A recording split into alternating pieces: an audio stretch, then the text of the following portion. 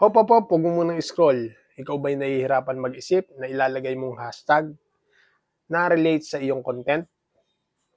Tara, gawin natin. Let's go. Magpunta lang po tayo sa ating Google o Google Chrome. I-search lang po natin yung hashtag generator for Facebook. Tapos po sa pinakaunahan niyan, piliin lang po natin yung Facebook hashtag generator. Dito sa what is your post about, dyan po tayo magta-type ng related sa content na ginawa natin. Halimbawa po ng tulad kong ginagawa, tinype ko po dito yung editing tutorial. Then saka po natin itap yung generate Facebook hashtag.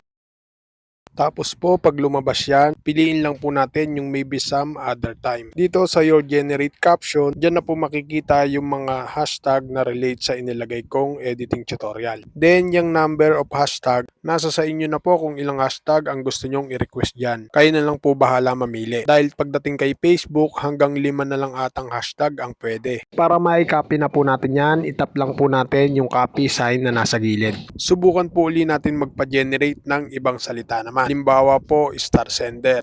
Magge-generate po uli yan ng relate sa star sender. Tamang-tama po to kapag wala kang maisip na hashtag. Tapos sawa ka na sa paulit-ulit na hashtag na naiisip mo.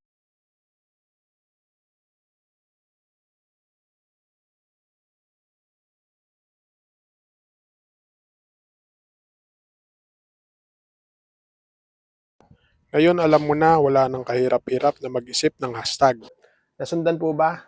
Ngayon, di ka na po mahihirapan mag-isip ng ilalagay mong hashtag na relate sa iyong content. Oh, alam mo na. Follow and share. Peace out!